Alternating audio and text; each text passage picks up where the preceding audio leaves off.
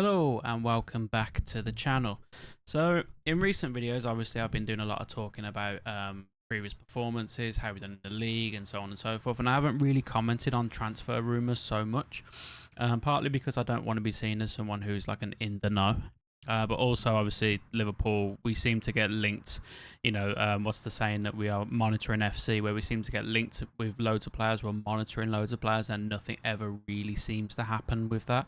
But things seem to have picked up pace a little bit over sort of the last 24 hours when it comes to transfers. Obviously, we already know about the likes of Bobby Clark, Vandenberg, Carvalho all leaving the club. And then the stories around Mamardashvili and Zubamendi and what that meant, at those particular times. So I want to talk about what's happened over the sort of the last 24 hours and also give my opinion on whether or not I think it's good business or bad business, or where I think Liverpool need to actually do more. So the first story obviously is with Mamardashvili. Everything there looks like it's all done and dusted. Everything's been agreed, and he's going to be joining the club next season after he completes 1 year on loan at Valencia. I said at the time when I've made a video about this previously that I didn't understand the transfer, especially with regards to when you think about Alisson and how long he's got left on his contract. I think it's 2 years with an option of a 1 year extension. So therefore 3 years for a goalkeeper that's only 31, taking him till he's 34, 35 years old. I don't see that as being a thing that we needed to panic about, in my opinion, and in the opinion of many people. Alisson is the best goalkeeper in the world. So how can you look to bring in a goalkeeper to upgrade on that? But then after a period of reflection, I thought, okay, this is not such a bad decision. It's not a bad signing. Obviously, Mamardashvili is young, he's up and coming. He had a very good Euros. He's been playing really well for Valencia. Sending him back on loan to Valencia for another season, it helps him with his performance, and I assume that when he comes to join us next season, he'll probably go back on loan again, but this time to probably a Premier League club, and then we'll start to see a real battle between him and Alisson going into Alisson's sort of final year, or whether he signs a new contract. We'll see what happens there. So it looks like that deal now is pretty much done and dusted. So in my opinion, it's a good signing. I think we won't really understand the full picture of it until next season. If he comes back into Liverpool and he's competing with Alisson, I think then we can realistically start to say, okay, well, maybe it's going to be the end of Alisson's time at the club. Or if he comes in, then we loan him out, then we know that it is a more of a long-term succession plan for Alisson, and it's not something that we're looking to do straight away. The other bit of news that's come out is concerning Joe Gomez and whether or not he's going to be leaving the club. Now, I've heard that there are a few clubs that are interested in him. I've heard rumours about Newcastle, but I don't believe that. I think obviously they're still in their pursuit of Mark Gay, and I think they're waiting. Last time I heard that they've submitted an offer and they're just waiting to see what happens with that. Obviously, Crystal Palace, they've just lost that Joaquin Anderson to Fulham. So I'm not 100% sure what that is, but it is actually Crystal Palace who are rumoured to be the furthest along, shall we say, in terms of getting Gomez from Liverpool. Other clubs I've heard rumoured are Aston Villa. And personally, I don't like the idea of him going to Villa. Not because I don't think that Gomez would do well at Villa. I think he would do really well there. I think it's a good club for him to go to. But when you think Villa finished in the top four last season, is letting them have one of our players, kind of weakening us and strengthening them, I don't see like that's such a good idea. However, the move to Crystal Palace, in my opinion, is one that makes sense from all parts. Obviously, Gomez, I think originally we got him from Charlton, so it's probably not too far from where he, an area that he grew up in, an area that he knows very, very well. So that it makes sense there. I think that at Crystal Palace, he'll probably be more likely to be a regular first-team starter, especially now they're looking to bring in another centre-back, and if they lose Mark Gay as well, they'll, that will be his place to, to walk in there and get the starting slot and really sort of, cement that as his own. So I think from a Gomez and a Crystal Palace perspective, I think it's a good move on both of those two fronts, and this is one that I think will probably happen as well. I do think that he will probably end up there. But this is all assuming that Liverpool buy a replacement centre-back, obviously. this is where the move, in my opinion, doesn't quite make as much sense. From our point of view, I always thought it would be a case of, when clubs were sniffing around Gomez and the rumours about us letting him go to Newcastle in some kind of Partex plus money deal for Anthony Gordon, I thought it would be either Gomez or Vandenberg that left the club, not both of them. And even with just one of them leaving the club, I still assume that we're looking to sign another centre-back. If we were to let Gomez go, we leave ourselves very, very short in terms of centre-back options. And I think unless Liverpool have already got something lined up, I can't see us going into a period of time, especially in the final few days of the transfer window, where we're going, okay, Gomez, we're going to let you go. And now we're going to begin our search for a centre-back. So in my opinion, they must already have someone in mind. I've seen that the board have said it's purely a Joe Gomez decision. They're not going to, due to his loyalty and the service that is given to the club, they're not going to stand in his way if he wants to go somewhere. However, I can see them putting their foot down and saying, well, we still need you as cover. So, would you be okay giving us until January, for example, and then we'll bring in a centre back in January to help cover that. I can see a situation like that forming in the next couple of days, unless Liverpool have an option, have a player they want to buy. But obviously, the longer and longer you let this run down in the transfer window, the more and more that player then suddenly becomes. So, for example, one player that I would like to see Liverpool bring in is Hincapié from Bayer Leverkusen. I think I like him as a player. I think he's very good at what he does. He's very aggressive. He's very quick. He can play centre-back. He can cover over at left-back. So he ticks a lot of boxes that I think Liverpool do need. But at the moment, obviously, I've seen rumours that he's willing to leave the club. I've seen rumours that Leverkusen would be accepting anywhere sort of between the 30 million to the 50 million euro mark. But if, say, for example, Crystal Palace didn't actually pull the trigger until Guéhi signed for Newcastle, for argument's sake, and let's say that happened on the final day of the transfer window, and then Liverpool suddenly Palace came in for Gomez, and then Liverpool suddenly went to Leverkusen, oh, by the way, can we have this player? That price might then suddenly go up to 70 million euros, for example, because then they might be thinking, well, now we're going to be leaving ourselves short, and there's not a lot of time to do this. And it's not like we haven't been involved in sort of like a chain of transfers before. The whole Ryan Gravenberch saga at the start of last season was mainly because we wanted to buy Gravenberch, Bayern Munich wanted to get a replacement in Paulinho, Fulham then needed to sign their replacement, and eventually the chain sort of fell apart at the Fulham and Bayern stage. But Liverpool was still able to get their guy in the end, because obviously Bayern either felt that they agreed to the deal because they felt they'd get Paulinho over the line, or they felt that the team wasn't significantly weakened by losing Gravenberch at that stage of the season. So it's not like we haven't been involved in something like this before. So for me, though, I still think we also need another centre-back, regardless of whether we sell Joe Gomez or not. Because we do kind of leave ourselves short at centre-back as things stand. If for example, Konate picked up an injury and, he has had his injury issues in the past, obviously Kwanzaa would then be the next choice, but then we'd only have really Gomez as the next option to bring in.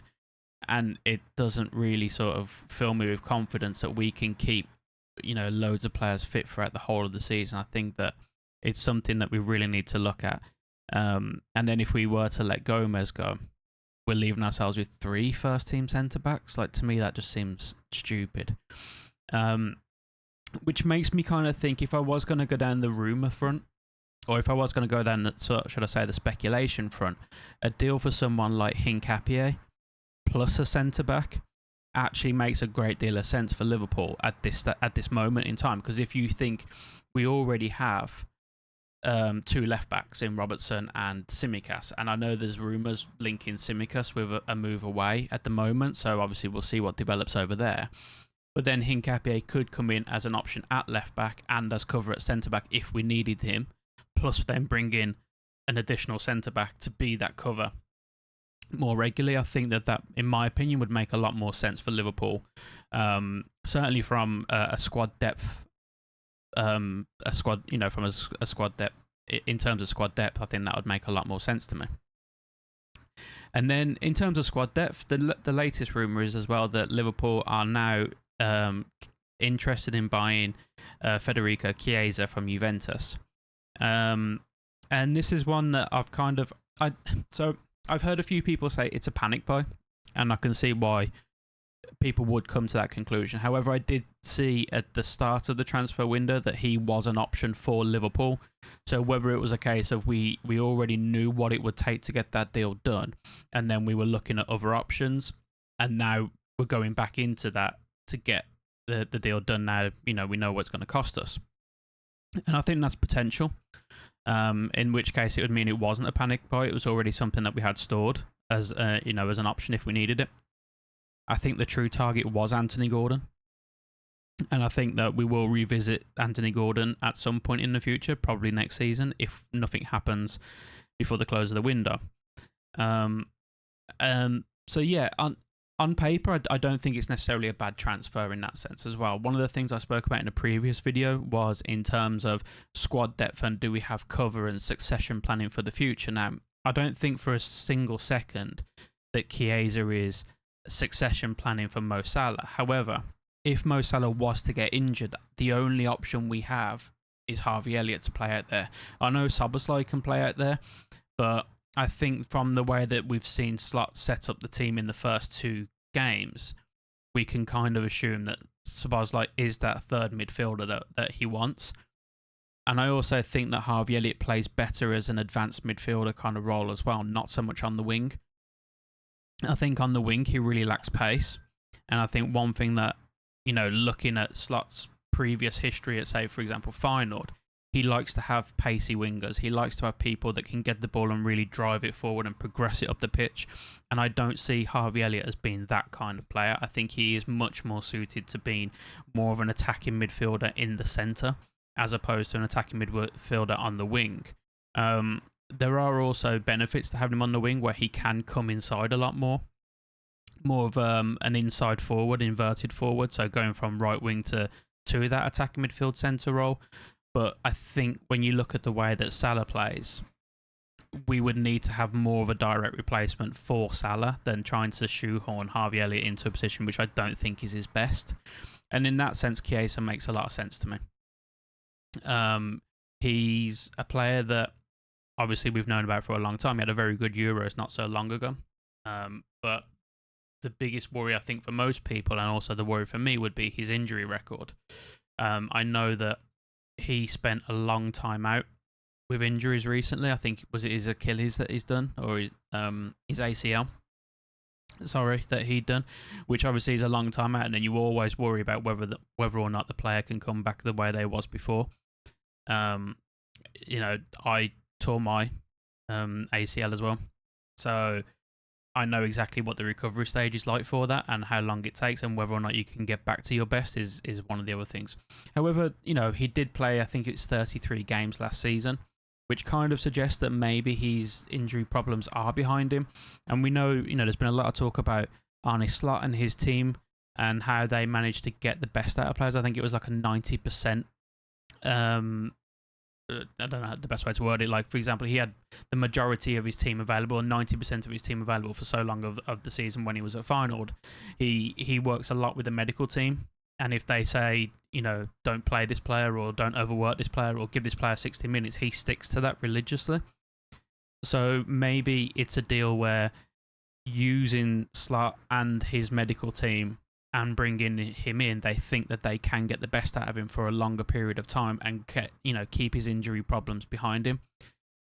I think that it's a risk that I'd be willing to take for the price that we'd be looking at getting him for. So anything, I think I've seen quoted between 10 and 12 million pounds for someone of Chiesa's ability and quality when fit and when firing on all cylinders and at his best. And a player who, at 26 years old, if he can rediscover his form and everything from the past, he's a player who's coming right into his peak.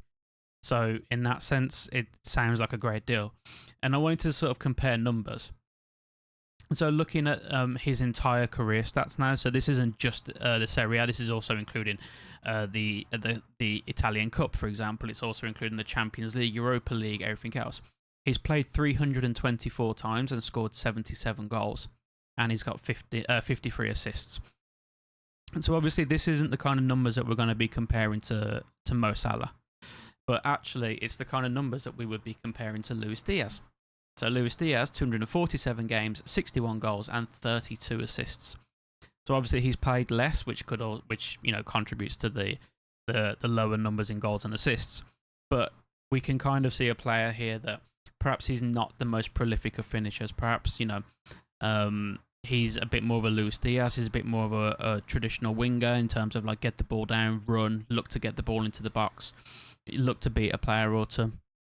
He's not going to be putting up the kind of numbers that we traditionally see from Mo Salah. However, I do see him coming in as a backup for Salah. I think that, as I've said, we don't have a great deal of cover for Salah if we are looking to sell or loan out Ben Doak.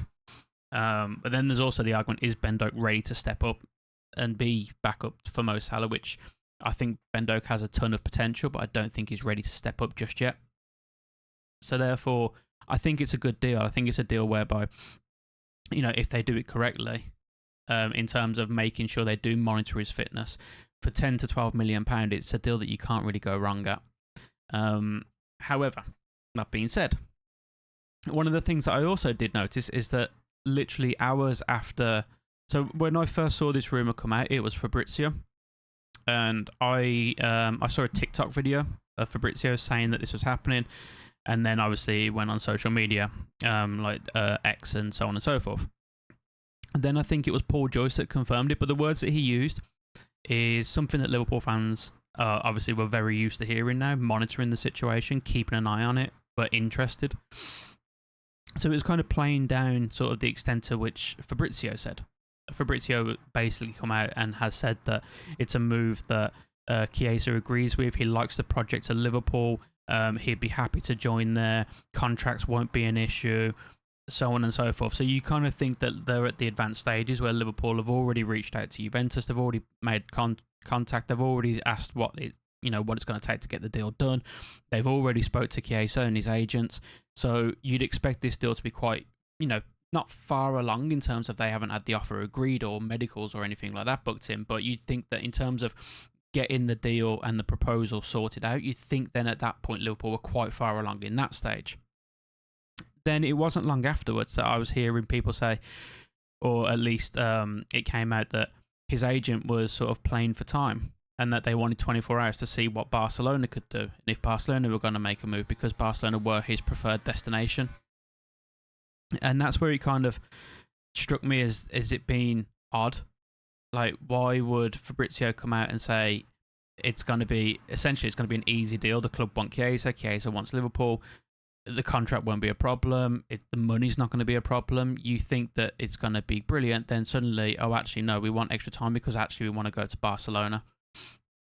And it just kind of struck me as this is the kind of thing that you normally see from agents and, from clubs as well when they're trying to work on these deals and get these, the best moves for players, the best move for their club, is that, can he release this to, say, for example, Fabrizio? And then Fabrizio puts the story out there, and then suddenly now it's forcing Barcelona to make a move.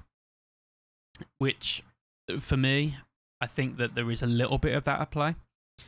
I think that release, or whether Liverpool are interested or not, the fact that the story has somehow managed to get leaked, because it was Fabrizio first, and I believe Paul Joyce came out a few hours later to say, yeah, actually, it is, Liverpool are interested in this player. So nothing was briefed to Joyce from the Liverpool side, and yet it went to Fabrizio from wherever his sources are, whether that's at Juventus, whether that's from Chiesa and his representatives. But then that's kind of now forced Barcelona into you've got 24 hours to make this happen, because apparently that's the move that he really wants over Liverpool, which I have my thoughts on with that as well, which I'll go on to in a second. So, something doesn't quite sit right with me, and it kind of like got me thinking. Now, again, I'm not an in the know. I follow transfer rumors. Watching YouTube, social media, stuff like that.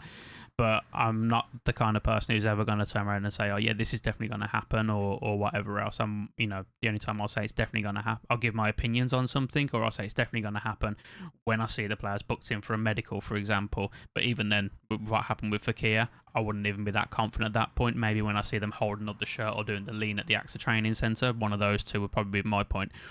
But it got me thinking about Anthony Gordon, and if Newcastle are pushing to get this Mark Gahey deal done, would they be interested in, do they need to raise more money, for example? And is this one of those stories that kind of mutually benefits Liverpool and Chiesa at the same time?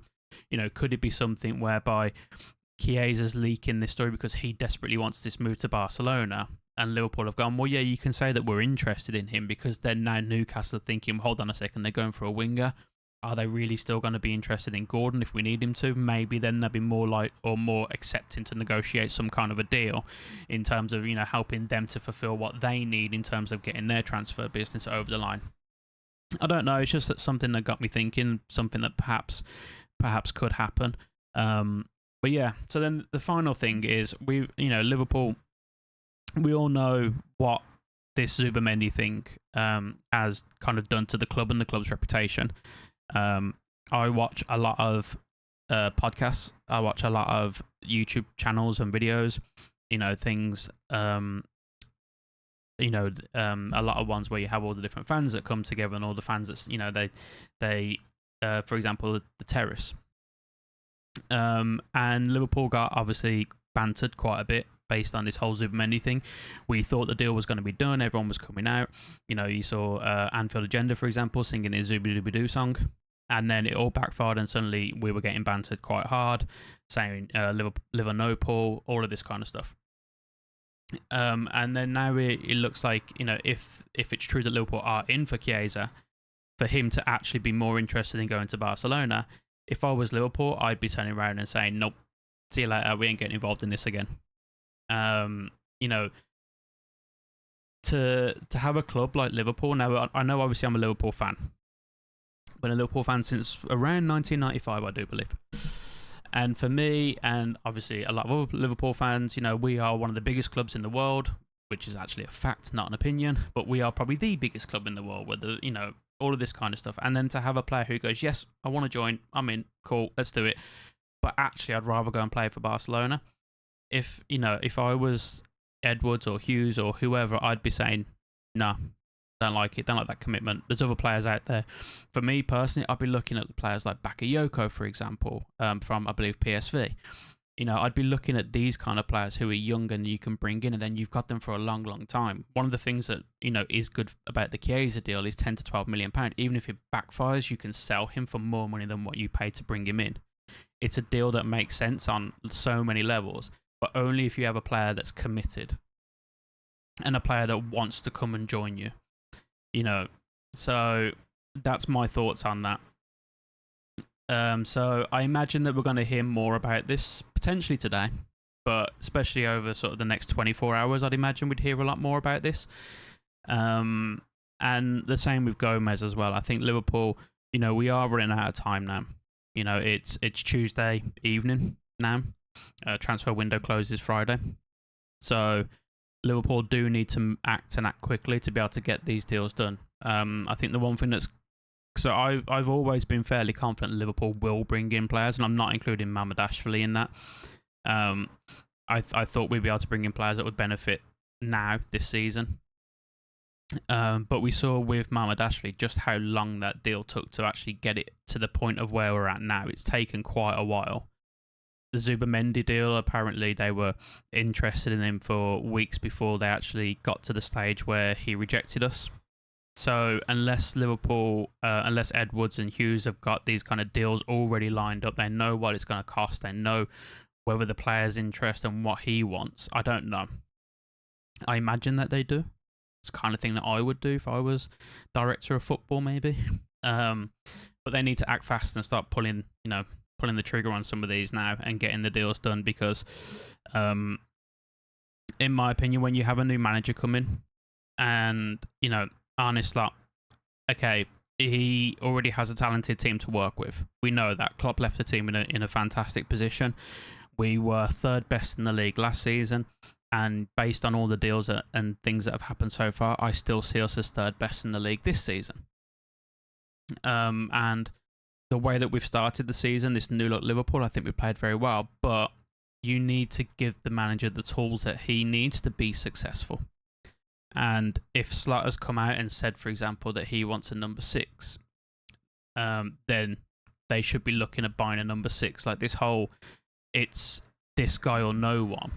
It doesn't really sort of cut it in the sense that there are other options out there. Now, I will sort of say along those lines that obviously Arne Slot wants a very specialised number 6. You know, he doesn't just want a player who can do what Endo does, for example, and perhaps he doesn't just want a player who can do what Gravenberch does, for example. He wants a specialised number 6 who can kind of combine those two players together and then go from there. So maybe the market isn't so good in terms of that specialised number 6. But we've also weakened the team in the sense of our squad depth now is not as big as it was last season. We've lost the likes. I know Carvalho didn't play for us last season. He was out on loan, but then obviously we've lost Matip now, so that's one centre-back option gone, and then Van den Berg's gone, so that's another option. Again, he was out on loan last season, so you know he would have come in and been that Matip replacement, so to speak. But now we've lost Matip, so that's weakened in that position. Bobby Clark was used quite a bit last season due to injuries. He was used in cups, for example. He came on in the cup final. He was used in the Europa League, so on and so forth. Now he's gone, so we no longer have that option. And there's been a few other youngsters that have featured in the first team that have gone now. So we haven't weakened the team in terms of the first team, but we have weakened the team in terms of squad depth. So we need to start looking at bringing some players in now and giving Slot the tools that he needs to be able to take this team forward and compete on all fronts. I think that's probably the most important part. Like, we can be fantastic in the Premier League, but if you don't have the players then or the team to rotate them, you know, how are we going to then realistically compete? You know, Liverpool over the past few years, especially when we have pushed for that top spot, we fell off towards the end of the season. You know, look at last season, for example, and being a prime example of that. So we do need a team that we can rotate these players around. And as fantastic as players like, for example, Szoboszlai has been at the start of the season, you know, that energy over a long period of time starts to get less and less and less. And then we'll start to see him look absolutely tired, like absolutely shattered like we did towards the end of last season and even in the Euros. So we do need to start bringing in some squad depth. And I'm hoping that something is going to happen this week. I've got a feeling that I wouldn't say that I'm confident, so to speak, but I do have a feeling that we will see some new additions coming in. I hope it's not just going to be Chiesa and Mamardashvili. I would like to see, I think if we brought in Hincapie now, I would be happy with the left back position being covered. Again, this is not including the fact that we might lose Tsimikas. And an extra option as centre-back if needed. If Gomez does leave, then I'd like us to see us go for another centre-back option. For me, I'm not sure what centre-back I would go with. I don't believe the rumours about Branthwaite. I don't think they've really got anything on it. But maybe Inacio, someone like that coming in. I think that would be a good option for Liverpool. I'd like to see another number 6 come in. I don't think we're going to get one. I do believe them when they say it's him or no one. But someone like Varela at Porto, I think would be a great signing. But yeah, that's my thoughts on the latest transfer rumours. I do think that we will get more as the days progress, as the week progresses. So I will do more videos like this. So let me know in the comments if you enjoy this style of video, just me giving my opinions on what I'm hearing about the club. Also, let me know what your thoughts are. Would you be happy with us signing Chiesa, or do you think there are better options out there? Do you think it's a panic buy, for example? And let me know your thoughts on Joe Gomez as well. Would you be happy for him to leave the club? Or are you like me in the sense of he can go as long as we've already bringing in a backup? And then if you enjoyed the video, drop a like. Again, subscribe. These things, they do really help me, to let me know that you're enjoying the content. But also in terms of the algorithm as well, it does help other people, help me reach more people as well. And you know, the channel, it's it's a very young channel, and I'm already growing as well in terms of subscribers. So it's all appreciated, and I will appreciate it if you can drop a like and subscribe if you haven't. And I will catch you all in the next one. So until then, take care, and I'll speak to you all soon.